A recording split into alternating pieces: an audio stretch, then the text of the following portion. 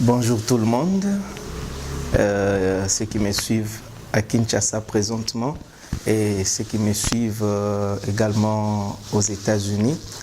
Et ce soir, c'est un peu particulier pour moi. C'est quelque chose que je n'espérais jamais le faire de cette façon ici parce que j'ai toujours eu l'habitude d'anticiper les choses.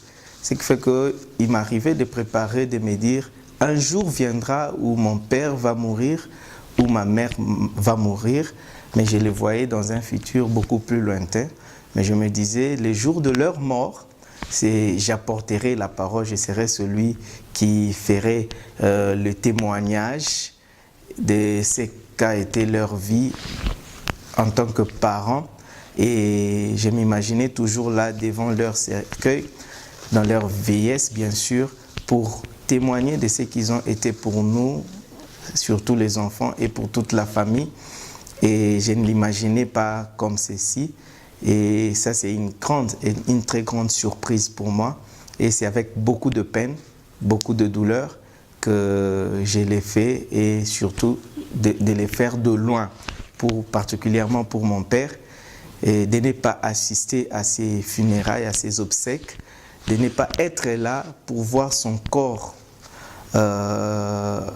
mort, de ne pas être là pour faire les témoignages, de le pleurer convenablement. Cela me brise complètement le cœur, mais je sais que le maître des temps et des circonstances a décidé qu'il en soit ainsi et je lui rends grâce pour cela. Et j'ai saisi cette occasion de loin de pouvoir dire un mot, faire mon témoignage de ce que Papa Sébastien Kabunji était pour moi, pour toute la famille et pour l'Église et pour mon pays également. Et donc, je veux faire un bref témoignage de ce qu'il était et donner une petite exhortation à toute la famille, à la grande famille et ainsi qu'à mes frères et sœurs. C'est ma responsabilité en tant que son fils pour faire cela. Alors, qui était-il? Avant de dire qui il était, j'ai béni le Seigneur d'avoir permis que je le voie pour la dernière fois il y a 1 mois et demi. J'étais à Kinshasa.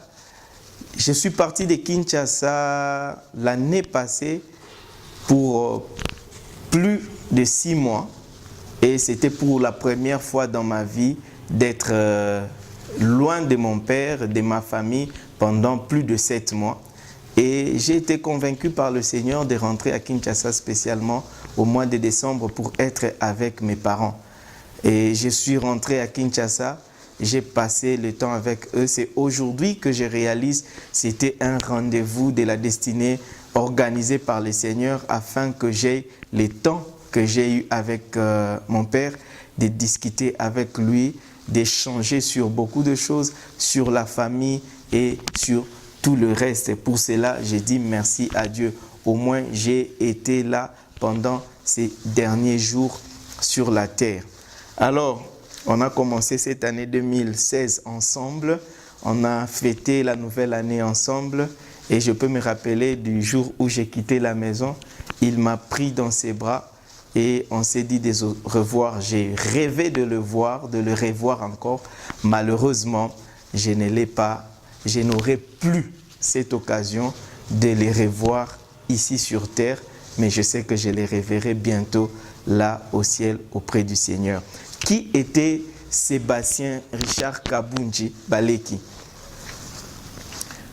C'était un père hors repère, hors père plutôt, allais-je dire. C'est un père hors père parce que j'ai vu les parents des autres, j'ai vu les papas des autres vivre avec leurs enfants et la façon dont mon père vivait avec nous, ses enfants, c'était totalement différent. Nous étions, ses enfants étaient, parce qu'il n'est plus là, ses amis d'abord, c'était sa famille, c'était ses frères et c'était tout pour lui. Alors, il était pour nous ces pères-là qui s'arrangeaient toujours à savoir comment tu vas, qu'est-ce que tu fais, qu'est-ce qui te dérange. Les souvenirs que j'ai de lui, que je raconte à tout le monde, je dis, mon père était exceptionnel. Quand on était petit, même jusqu'à aujourd'hui, on a grandi. Quand tu veux sortir de la maison, tu veux aller à l'école, tu veux aller faire ton activité, il t'appelle, il te dit de t'agenouiller, comme il aimait le dire en Kisonge, Kunama. Alors, quand tu t'agenouilles devant lui, il t'impose la main, il déclare les bénédictions sur toi et généralement, il refaisait la même prière. Et il bénissait nos vies chaque jour. Il a eu à les faire pendant des années. Et c'était un homme d'une fidélité incomparable et inimaginable. Il priait pour nous chaque jour. Alors, je peux me rappeler lorsqu'il s'est réveillé chaque 4 heures du matin, parce que c'était un homme de prière. Quand il se réveille la nuit pour prier, je pouvais suivre sa prière de loin. Il citait ses enfants chacun par son nom et déclarait des bénédictions pour chaque enfant, des prophéties pour chaque enfant. Et il priait, c'était extraordinaire. Une autre chose, un autre souvenir que j'ai de lui, c'est quand tu te réveilles le matin, il te demande « Bolo Tokin ». Donc, de quoi tu as rêvé? Il veut savoir comment tu as passé la nuit, qu'est-ce que tu as vu dans ton rêve. Et parce que c'était un homme aussi qui avait un grand discernement et c'était simplement extraordinaire. On mangeait toujours ensemble et je me rappelle de mes années quand j'étais tout petit, alors qu'il me prenait avec mon jeune frère, Patrick. Dany était encore bébé à cette époque-là. Il nous prenait à la main chaque dimanche, il nous amenait à l'église, à des bonhommes. Nous allions avec lui et nous rentrions avec lui. Et quand nous rentrions de l'église, on s'asseyait, il nous racontait plein de choses, et il nous parlait des choses, et bien qu'il n'avait pas grand-chose, il n'avait pas d'argent, mon père n'était pas financièrement riche, mais avec les peu qu'il avait, il fournissait les efforts qu'aucun parent, je crois, ne peut faire. Pépé, pendant les époques où il a connu des difficultés sérieuses, il pouvait faire le pied des Salongo au centre-ville à Gombe, aller-retour. Et au retour, il s'arrangeait pour avoir un sachet en main avec la nourriture pour ses enfants. Alors c'est un homme qui savait se sacrifier pour ses enfants. Et pour lui, c'est la réussite de ses enfants ou rien. Alors, il y a une phrase qu'il me répétait toujours, il me disait « Thuram, tu sais, il n'y a pas de succès sans successeur. » Et c'est pourquoi lui, tout son investissement, c'était ses enfants, que chacun étudie, que chacun réussisse sa vie. Et lui-même, je me permets de le dire, il s'est foutu de sa vie. Pour lui, ça ne représentait rien. Il me disait très souvent, il me dit, Thuram, tu sais que j'ai la liberté de vivre comme les autres amis vivent. C'est-à-dire le peu que je gagne, je peux chercher à me faire plaisir. Mais je ne suis pas ce que les autres amis font. Je sacrifie tout mon argent, tous mes efforts pour mes enfants parce que je sais que c'est le bonheur de mes enfants qui font de moi un homme heureux. Et il ne cessait de me dire, je suis un homme béni, je suis un homme riche, même si je n'ai pas de maison, je n'ai pas de voiture, mais quand je vois mes enfants servir le Seigneur, quand je vois mes enfants réussir dans les études, quand je vois mes enfants réussir dans la vie, c'est ça ma richesse, je suis un homme heureux, c'est tout ce qu'il disait. Et pour nous, c'est un père qui s'est sacrifié de manière à ce que chacun de nous étudie, malgré les difficultés, malgré tout ce qu'il y avait, il s'est battu comme un véritable homme. Et pour cela, je suis fier de mon père. Alors, il n'était pas simplement un père pour nous, mais c'était notre pasteur. C'était notre pasteur, c'était notre prophète à nous. C'est lui qui nous a amenés au Seigneur. C'est Pépé qui nous a montré la voie du Seigneur, qui nous a montré de suivre le Seigneur. C'est un homme qui avait les Écritures dans sa vie. Il ne pouvait pas te parler sans pour autant citer autant de passages des Écritures. Et ce qui fait que on a retenu les Écritures, on a aimé les Écritures parce que Pépé aimait les Écritures et aimait nous réciter cela. Il nous a montré que Dieu était la priorité. Il nous a montré que la priorité de priorité dans la vie, c'est d'être avec le Seigneur. Alors la chose la plus marquante du côté spirituel, c'est que un jour, il m'a amené dans sa chambre, on était assis, il a pris son agenda, il a ouvert son agenda, il a commencé à me lire les prophéties qu'il a écrites sur la vie de chacun de ses enfants. Il les a écrites, ça fait longtemps, mais c'était avec un grand étonnement de voir comment cela s'est réalisé dans la vie de chaque enfant. Tout ce que nous sommes aujourd'hui, Pépé l'avait déjà vu il y a plus de 10 ans passés. Il y a plus de 10 ans passés, il les avait vus et il avait écrit ce que chacun était. Et il a prophétisé sur la vie de chacun. Aujourd'hui, ce que je vois, parfois quand j'essaie de m'imaginer comment un homme a perçu ces choses-là, et c'était un grand prophète, il ne cessait de prophétiser sur nos vies, il ne cessait de dire des bonnes choses dans nos vies, et c'était un serviteur de Dieu d'une fidélité remarquable. Les passages de 1 Thessaloniciens 5, 16 à 17, pour lui, n'était pas simplement un passage biblique, mais c'était une réalité de vie. Parce que je n'ai jamais vu, alors jamais vu, un homme prier comme Pépé. Sans arrêt, prier sans cesse. Prier sans cesse, c'était ça, une vérité biblique qui s'appliquait dans la vie de mon père. Il priait à tout moment. Il priait à temps et à contre-temps. Quand il se réveille le matin, la première chose, c'est la prière. Durant toute la journée, parfois vous êtes avec lui en train de causer et pendant les breaks dans la causerie, quand vous gardez silence, Pépé prie. Et il aimait prier en esprit.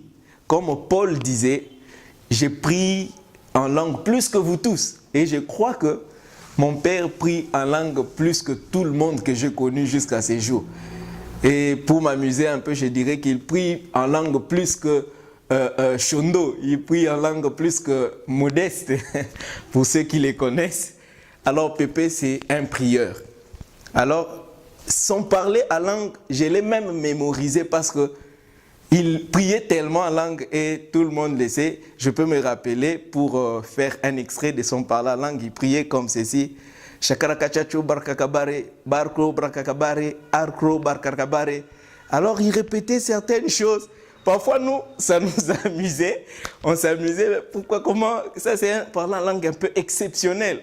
Et il les priait comme ça. Il priait matin, midi et soir. Quand il est dans la route en train de marcher, d'aller quelque part, il prie en esprit.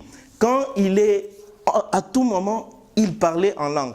Et pendant qu'il était malade, là de 2-3 jours, j'ai dit à mes sœurs, je suis sûr que même dans l'état d'inconscience, pendant qu'on était en train de l'opérer, il priait dans son esprit. Parce que son esprit était en permanence dans la présence du Seigneur et c'était un serviteur de Dieu fidèle.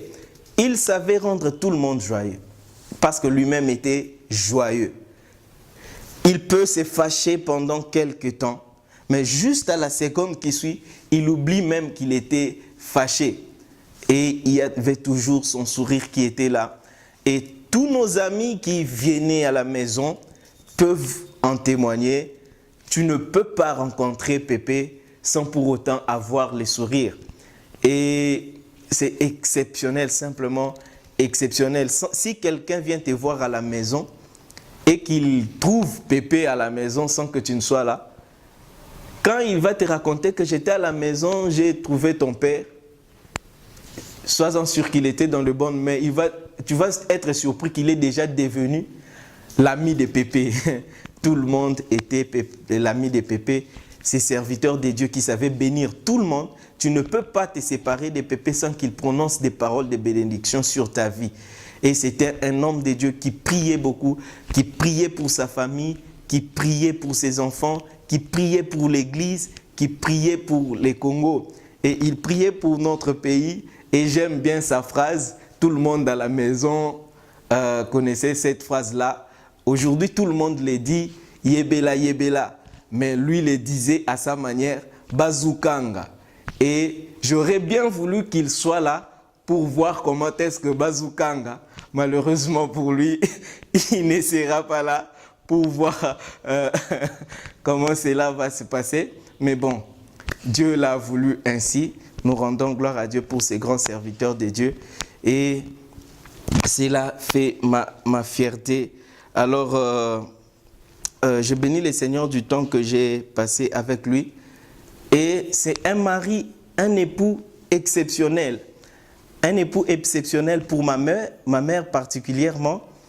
Parce que je me rappelle, en 2014, j'avais fait un voyage, un long voyage en Inde et puis en Chine. J'ai vraiment traîné. Et quand je suis rentré au pays, j'ai trouvé ma mère, bon, elle avait passé quelques temps difficiles. La phrase qu'elle m'a fait sortir, j'ai dit, waouh, ça c'est extraordinaire.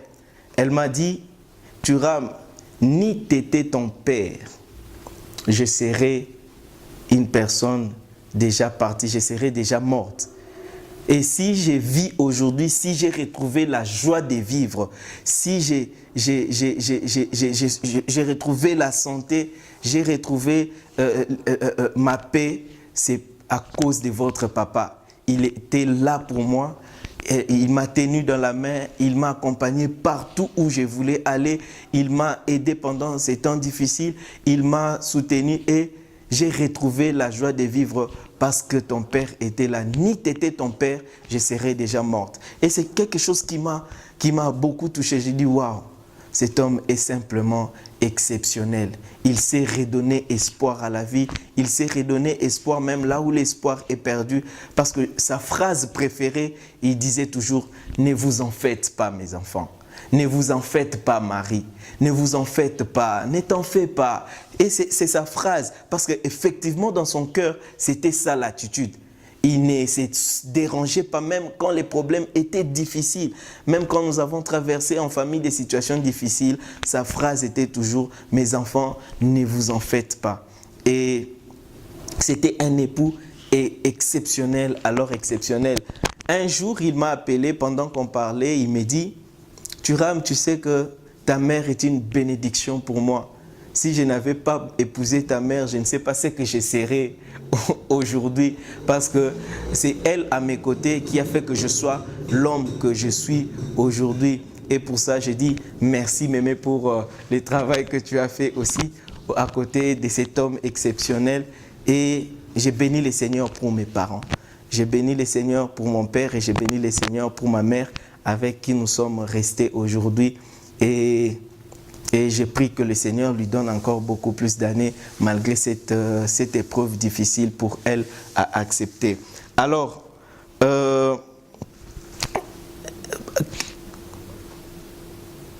Pépé n'a pas connu des cadeaux, d'autres cadeaux dans la vie à part ces grands bonheurs qu'il a reçus au travers de ses enfants.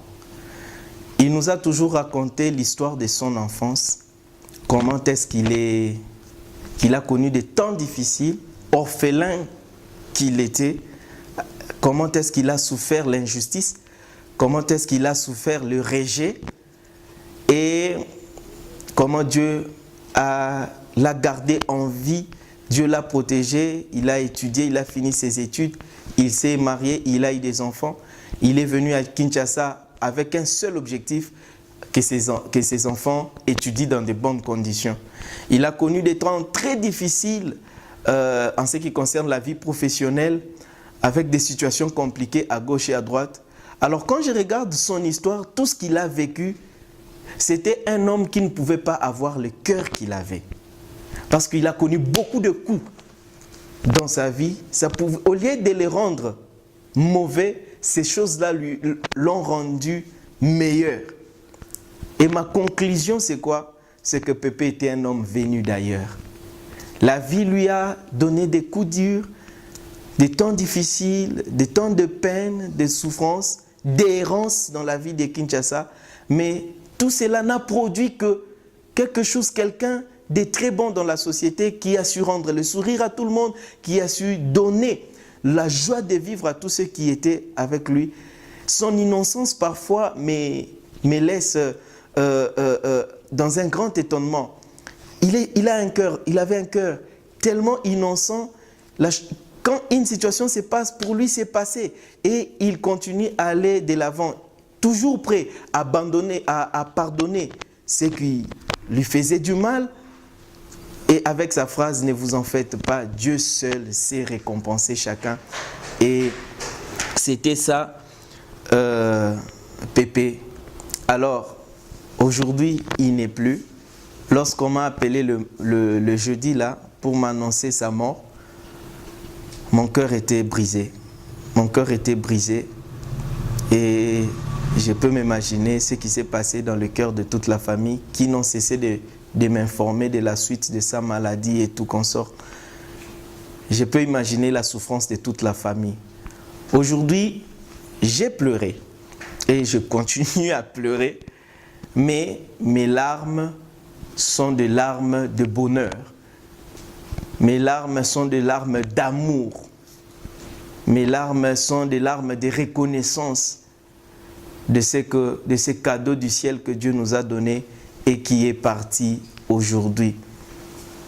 Ça fait mal, mais nous l'acceptons parce que Dieu l'a voulu.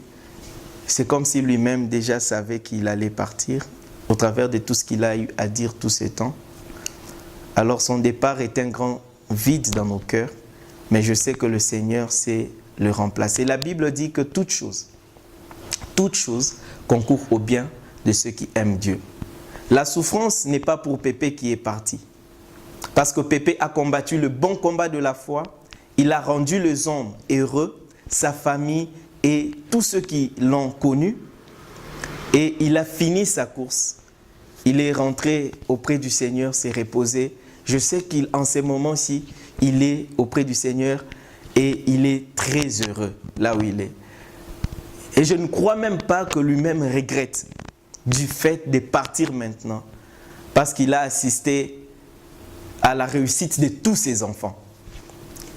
Il a vu ses petits-fils et ses petites-filles, même s'il ne les a pas vus tous, mais il a vu déjà, c'est une bénédiction de la part du Seigneur. Aujourd'hui, il est dans les repos et je sais qu'il s'en réjouit. C'est plutôt nous autres, qui regrettons parfois.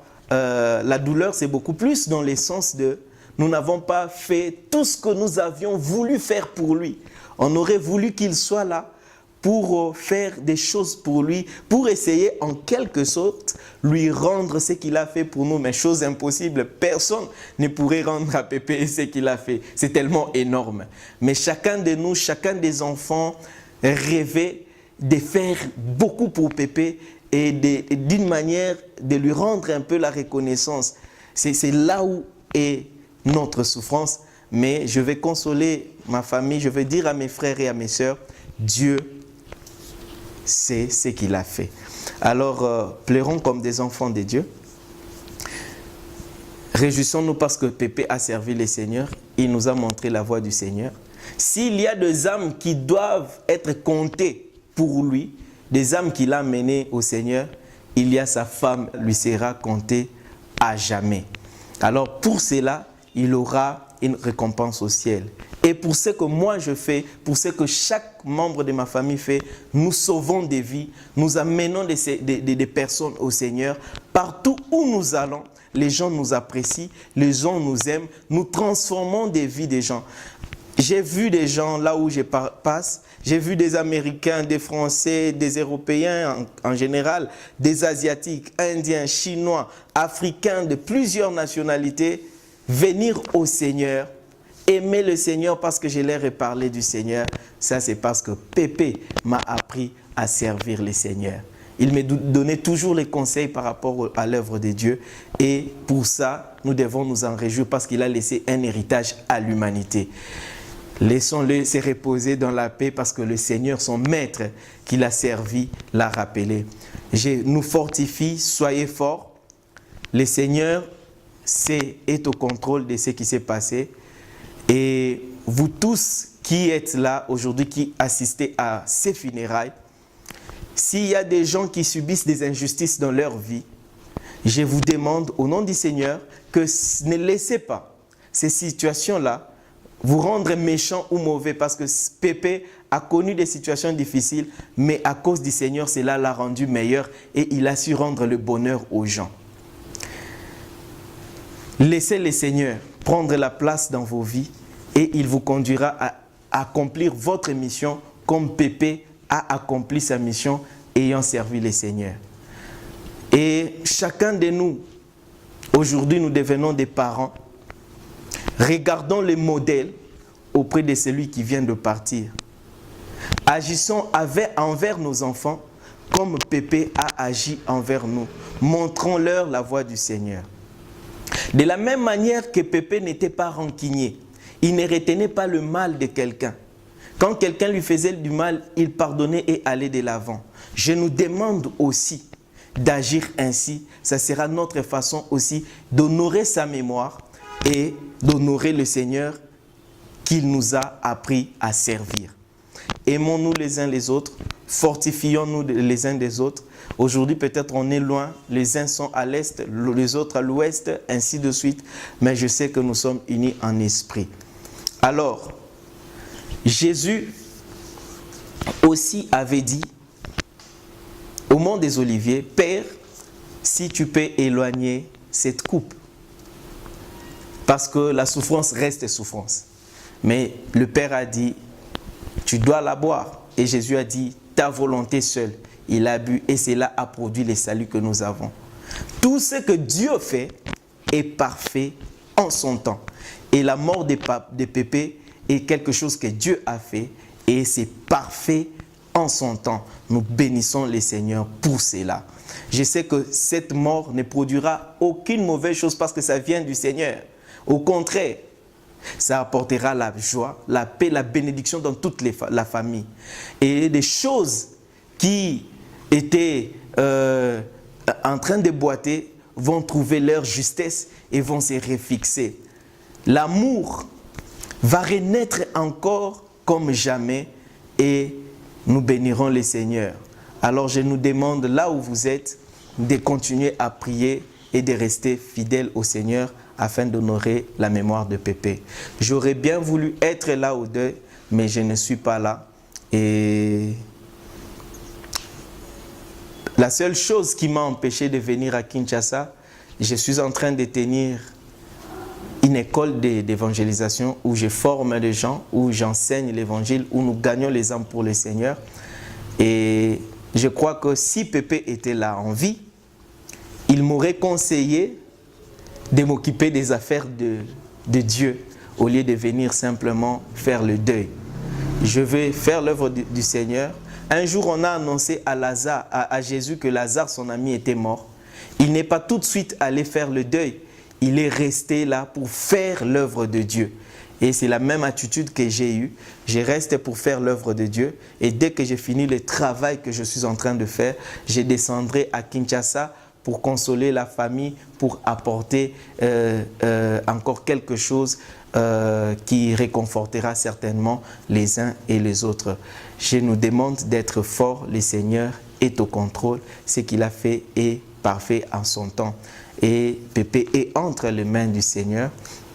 Et pour clôturer ces discours, je veux dire merci au Seigneur. Merci de m'avoir donné un père comme Pépé, un père qui avait un cœur en or, comme l'a dit Mama Wiva, un père qui savait donner les sourires, un père qui nous a toujours appris à faire le bien, car il est écrit dans Jacques 4, 17, Celui qui sait faire le bien, qui ne le fait pas, commet un péché. Et Pépé nous a appris à être des hommes de bien parce qu'il était un homme de bien. J'ai dit merci à Dieu de m'avoir donné un père comme lui, un prophète pour ma vie, un pasteur qui m'a conduit à Dieu, un mentor qui donnait des conseils convenables en ce qui concerne le mariage, en ce qui concerne l'œuvre de Dieu, en ce qui concerne l'amitié, en ce qui concerne tous les domaines de la vie, les études. Mon père était un conseiller qui ne manquait pas de paroles à donner pour la parole de Dieu. J'ai béni le Seigneur pour cela. J'ai dit merci au Seigneur d'avoir permis que je naisse dans cette famille pour avoir des sœurs et frères exceptionnels. Et je peux vous assurer que vivre dans ma famille, ce n'est pas loin de vivre au paradis. Vivre avec Pépé, ce n'est pas vraiment... C'est déjà presque l'ambiance du ciel où le mal n'est pas retenu, où il n'y a que le bien qui est retenu. Le mal est oublié, le bien est retenu, et où vous vous provoquez, vous vous faites du bien, vous mangez ensemble, vous riez ensemble. C'est ce que Dieu nous a donné comme cadeau. À cause de ses pères, nous avons appris toutes ces valeurs. Et j'ai du mal à clôturer ces discours parce qu'il y a beaucoup de choses à dire. J'aimais mon père. Oui, je l'aimais beaucoup. À mes frères et sœurs, j'ai dit je vous aime beaucoup. Je vous porte dans mon cœur. Et pour maman, je dirais maman, sois forte, tiens bon. Le Seigneur ne t'a pas abandonné. Il est avec toi. Nous, tes enfants, certes, nous ne saurons pas remplacer ce que Pépé était. Il était trop grand. Personne ne saura le remplacer. Mais nous, tes enfants, nous ferons ce qui convient. Nous ferons tous nos efforts pour combler ces vides, pour te rendre encore beaucoup plus heureuse. Et aucune force de l'ennemi, aucune force de l'ennemi ne saura déstabiliser la famille, ne saura faire quoi que ce soit. Parce que nuit et jour, Pépé s'agenouillait pour prier, intercéder pour sa famille. Nous, ses enfants aussi, nous nous agenouillons et nous servons le Seigneur. Peu importe, si quelqu'un essaye d'une façon ou d'une autre, de près ou de loin, au travers de cette situation, pour essayer de faire quoi que ce soit, le feu du Seigneur Jésus que je sers dans mon esprit va le brûler en plein jour. Je risque ma vie, nuit et jour. Ma vie est mise en danger partout où je vais apporter l'évangile. Et je ne crois pas que c'est Dieu que je sers. Laissera qui que ce soit porter sa main sur ma famille. Personne ne pourra le faire. Au nom de Jésus que je sers dans mon esprit. Et Mémé, sois tranquille. Wivine, Christine, Néné, Annie, Cathy, Patrick, Dani, Lina, Donna, tout le monde, ainsi que vos maris, soyez tranquilles, que la paix du Seigneur soit votre partage. En tant que sacrificateur de la famille, je déclare la paix du Seigneur est sur chacun de vous. Le Dieu que je sers dans mon esprit gardera vos cœurs dans la paix et dans la joie. Ne vous tourmentez pas. Comptez sur le Seigneur. Regardez vers le Seigneur. Et j'ai pris, je sais que sa main est en train d'appliquer le baume guérissant maintenant sur vos cœurs afin de panser les plaies qui sont sur vos cœurs. Je suis là et je serai toujours là pour ma famille. Je prierai toujours pour ma famille. Et comme Pépé l'a dit, moi et ma maison, nous servirons le Seigneur. Moi aussi, j'ai dit, moi et ma maison, nous servirons le Seigneur. Et je serai toujours là pour ma famille jusqu'à ce que le Seigneur nous prendra. Et que Dieu vous bénisse partout où vous êtes, que la paix du Seigneur, que l'amour du Père, que la grâce du Seigneur Jésus-Christ et que la communion du Saint-Esprit soit votre partage le jour comme la nuit. Que Dieu vous bénisse. Dani, sois fort. Patrick, sois fort. Que Dieu vous fortifie. Vous qui êtes là à Kinshasa, restez dans la présence de Dieu. Et moi qui suis ici, ne vous en faites pas pour moi. Le Seigneur me fortifie tout le jour à cause de ce que je vois son œuvre faire dans les ministères que nous accomplirons. Je termine par ici mon message. Que le Dieu que Sébastien Kabunji a servi durant toute sa vie vous bénisse. Que le Dieu que je sers vous bénisse. À bientôt. Au revoir.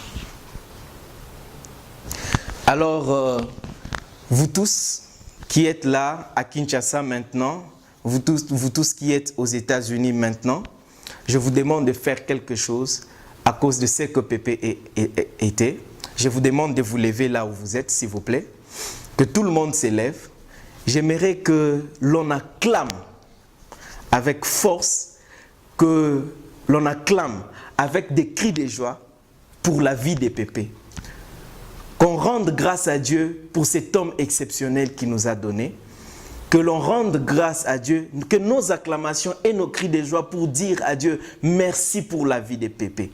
J'aimerais que l'on acclame le Seigneur pour la vie de Pépé. Lèvons-nous et acclamons le Seigneur avec des cris de joie pour dire merci à Dieu pour la vie de Pépé. Acclamons le Seigneur.